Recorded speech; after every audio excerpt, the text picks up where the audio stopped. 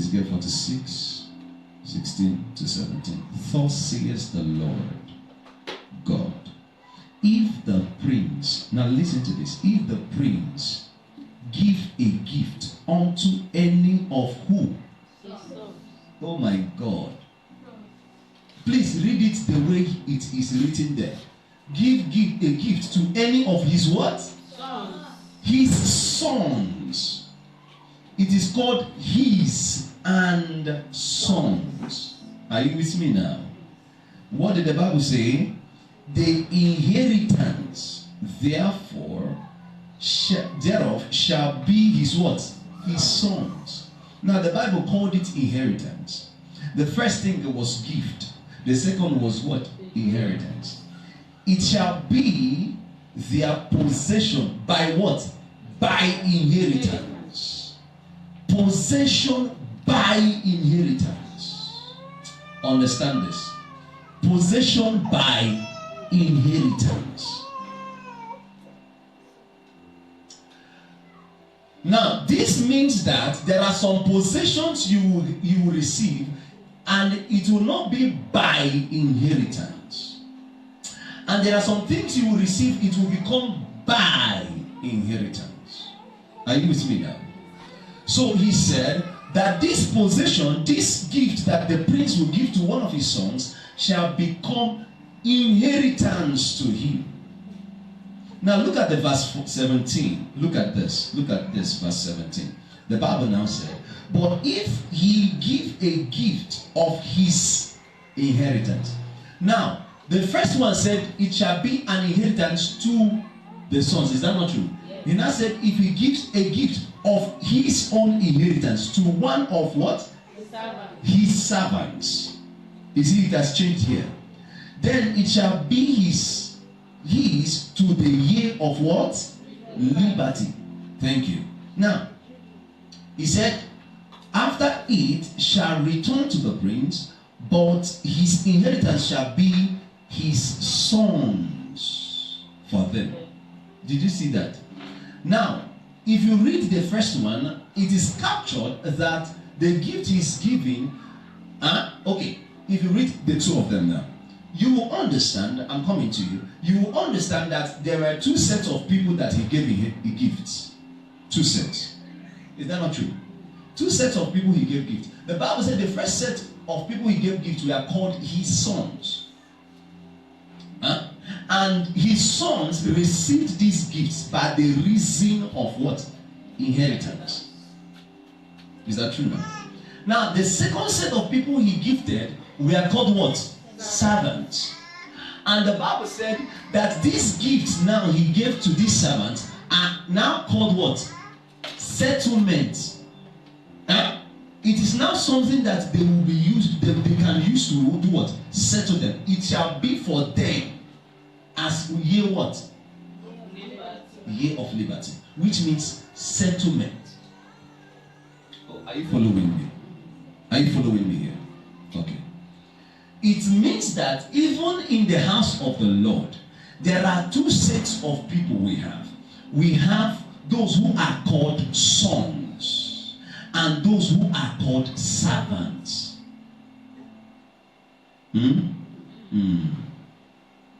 Please hear me. When I say servant, I don't mean those who are called the servant of God now. When I say servant, I mean those who are just in the house doing some kind of services. They are not part of the family. They are just there to do some kind of services. Are you with me now?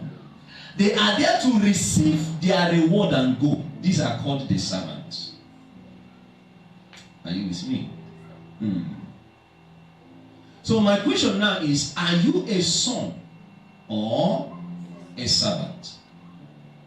That's the question. Are you a son or a servant? Because a son receives inheritance, but a servant receives his yearly liberty gift. That is called freedom. So this is what we use to say to you, okay, we have signed that you will serve me for 7 years. And after 7 years, I should be able to settle you with 5 million. So that you will be able to do what? To start your own business by yourself. Are you with me now?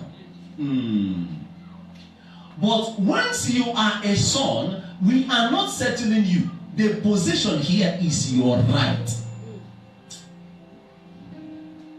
Listen, a son has right over everything that the father owns, but a servant does not. Yes. Are you not getting where I'm coming from? If you are a son, it means that everything that belongs to the father belongs to you. But if you are a servant, you are just there waiting for the year appointed to be settled of the father. Are you following me now? So, you see what I just got now? You will now discover that there are people who are waiting on God on a particular year so that God will settle them and they will be free and go home. These are the set of people that when God blesses, you will not see them in church again. So because they have received their settlement, so there is no more need for them to be in the house of God anymore. Now they leave. But you will discover that sons remain even when they receive whatever. Their father says, okay, this is rightfully your own. Take 5 million. They say, Daddy, thank you very much. This is my money. As a son, it is my right. But I remain in this family. Now you understand. So, the question now is also, are you a son or a servant? Now you understand where I'm going to. There are so many people that are no more going to church because they prayed, God answered them, they left. Their business becomes a strategy of them or for them leaving the church. They are called servants. They have been settled for life. You see the point now?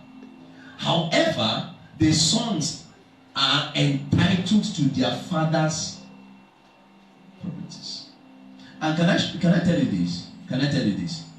A child becomes an inheritor of his father's properties by the reason of him being a son. Automatically. We don't need to sign it as a will. We don't need will to know that this thing that belongs to my father belongs to me. Except that he decides to write in a will that he has allocated this one for this person and this person and this person. Until then, everything that belongs to him belongs to me. Do you get that? Now, this is exactly what Christians don't understand. So long as you become a child of God, you automatically become an inheritor of everything that God owns. The Bible said, the cattle on the 1,000 hills are his. The silver and gold are his. So, if you are a son to this man that owns all these things, what is your inheritance? All of it. The Bible said the word belongs to God. Is that not true? Rephrasing now. Or paraphrasing. The word at large belongs to God. So, as a child, what is your inheritance? The word. You see, that's the point. We miss it in this dimension. You now discover that many of us beg as servants, please give me little. Others come as sons and say, this is my right. You read, you talked about the prodigal son. Is that true? Now let me tell you what was captured there. The Bible said when the boy was coming back, the father, remember that before he came back, the father will always be at the stairs, at the balcony, upstairs, watching, always watching when he will return. And the Bible said finally the day came that he returned. And the Bible said the father called, you know the story now, the father went, hugged him, kissed him, and gave him his ring, and then said, change his raiment, and then make feast, for my son has come back. The prodigal son was the second son. Do you know? Yes. we thought that it was the first. That was what they taught us when we were coming up. But when we studied the Bible, we now discovered that he was the second. Now watch this. The Bible said the first son now came to the father and said, I have been with you and I have served you. Understand that thing. I have been with you and I have what? Served you. So, why is it now that instead of you doing this thing for me, you are now doing it for this one that rebelled against you? First of all, understand his notion here. He said, I have been with you and I have served you. Listen, as a son, it is not called service, it is called obligation. You are obligated to do this thing for your father. A child that is a child in the house will not be begged to wash plates.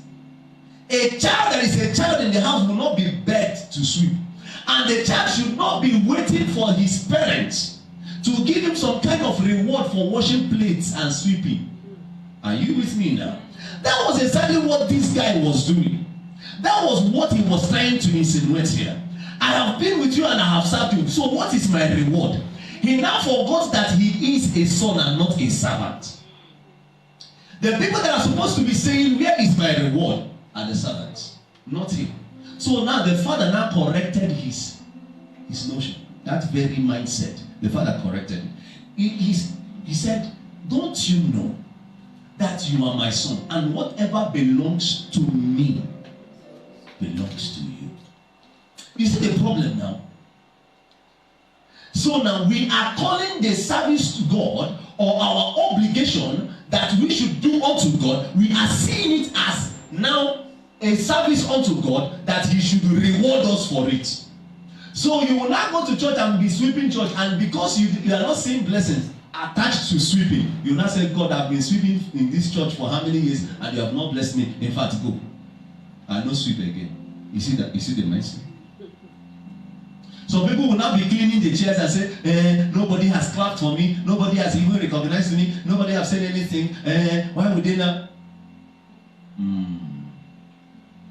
You are looking for reward.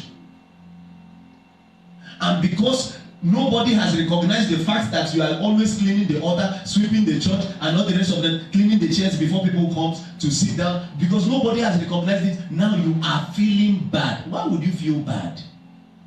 That's the question. The way I am now will now go to my house. Is it not obligation, my obligation, that I should do work in my house? My father cannot come out and wash his car. I should be the one to wash my father's car. Is that not true? And I shouldn't expect my father to give me some kind of reward for washing his car. So whether he gives me reward or not, it is my obligation to do what? To wash the car. Are you following me now? Yes. So also is the father's obligation to give you whatever thing, because by the reason of you being a child, you have automatically become an inheritor to everything that he owns. So you don't beg for it. That was why the prodigal son, that we are always speaking ill about, that was what he discovered, and that was why he did what he did.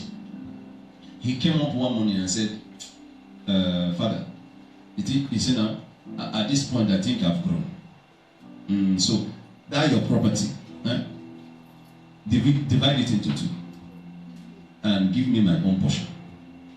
He was too fast. However, he acted on the knowledge that he knows his right as a son. He said, divide it into two and give me my own. I think I'm right enough now. Let me go and start life. Yes. However, he was not mature enough to handle those things. Now listen to this.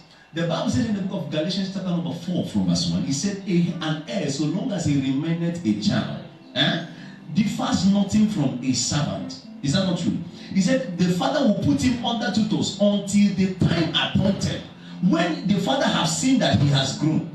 Inasmuch as you are looking for inheritance, that your father should give you your own inheritance. Listen, until you grow up, there are certain things God will not give to you. He cannot give you what you cannot manage. The Bible said, he that is faithful in little is faithful in much. So if you are not faithful in the little, then God will not give you much. So you are praying for much when you have not handled the little he has given to you well. Am I saying something? Yes. Yes. And most times you will discover that when God gives someone something, check very well. Check very well. The person has cried a lot for it, and the person has become like the prodigal son. Do you know what will happen? God will leave that inheritance for the person. And the person will now go and squander. The end point of the person will be in the pig's house. Are you with me? The end point of the person will be where? Where he will be feasting with the pigs. Because that was the end point of what? Of who? The prodigal son. I'm old enough now to do this thing. Hey, give me. You are old enough to do ministry. Anoint me and let me go. No problem. We will anoint you and we'll let you go. Go and do ministry. The end point is where? Pig's house. Are you with me? Tell the neighbor, say inheritance. So that was what I got.